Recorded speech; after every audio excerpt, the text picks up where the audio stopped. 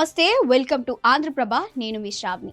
ఏపీలో రాజకీయం హీట్ ఎక్కింది. పవన్ ప్రకటనలతో పొత్తులపై కొత్త సమీకరణాలు తెరపైకి వస్తున్నాయి. ఈ క్రమంలో జనసేనాని ఢిల్లీ టూర్ ఫిక్స్ కావడం ఏపీ పొలిటికల్ సర్కిల్స్లో హాట్ టాపిక్గా మారింది. ఈ టూర్తో ఏపీలో పొత్తులపై క్లారిటీ వచ్చే అవకాశం ఉందని రాజకీయ విశ్లేషకులు అభిప్రాయపడుతున్నారు.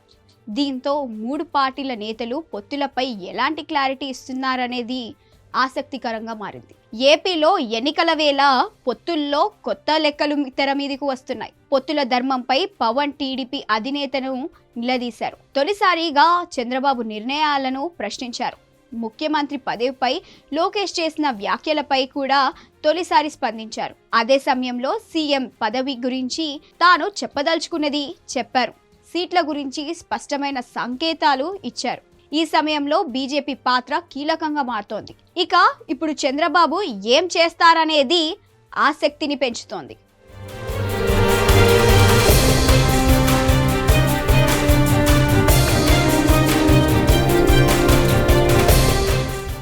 పవన్ కళ్యాణ్ పొత్తు ధర్మంపై చేసిన వ్యాఖ్యలు సంచలనంగా మారాయి. జనసేనను సంప్రదించకుండా టీడీపీ అధినేత చంద్రబాబు అరకు, మండిపేట అభ్యర్థులని ప్రకటించడంపై పవన్ అభ్యంతరం వ్యక్తం చేశారు. వచ్చే ఎన్నికలలో ఈ 2 సీట్ల నుంచి జనసేన పోటీ చేయాలని భావించింది. ఈ 2 నియోజకవర్గాల నుంచి జనసేన నేతలు పవన్ దగ్గర టీడీపీ తమ అభ్యర్థులని ఏకపక్షంగా ప్రకటించడంపై ఆవేదన వ్యక్తం చేశారు. దీంతో వారికి క్షమాపణలు చెప్పిన పవన్ టీడీపీకి టీట్ ఫర్ టాట్ అన్నట్లుగా రాజోలు, రాజనగరం సీట్లలో జనసేన అభ్యర్థులు పోటీ చేస్తారని ప్రకటించారు. ఇదే సమయంలో లోకేష్ చేసిన వ్యాఖ్యలపైనే మౌనం వహించానని చెప్పుకొచ్చారు. సీఎం సీట్లు షేరింగ్ ఆలోచననే లేదని లోకేష్ తేల్చి చెప్పారు. ఈ విషయంపై తాను మౌనంగా ఉన్నానని, పొత్తు కోసమే మాట్లాడలేదని పవన్ చెప్పుకొచ్చారు.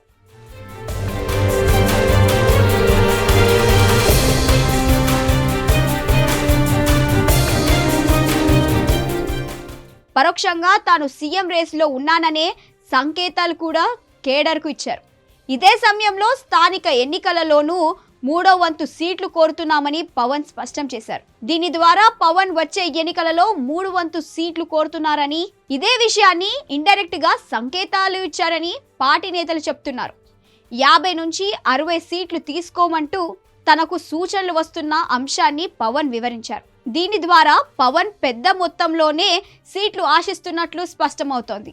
ఇప్పటికే పవన్ 35 సీట్లపై కసరత్తు పూర్తి చేశారు. టీడీపీ అంచనా వేస్తున్నట్లుగా 15 నుంచి 20 సీట్లు ఇస్తే తాను స్వీకరించేందుకు సిద్ధంగా లేననే విధంగా పవన్ రిపబ్లిక్ డే నాడు టీడీపీకి స్పష్టమైన సంకేతాలు ఇచ్చారు.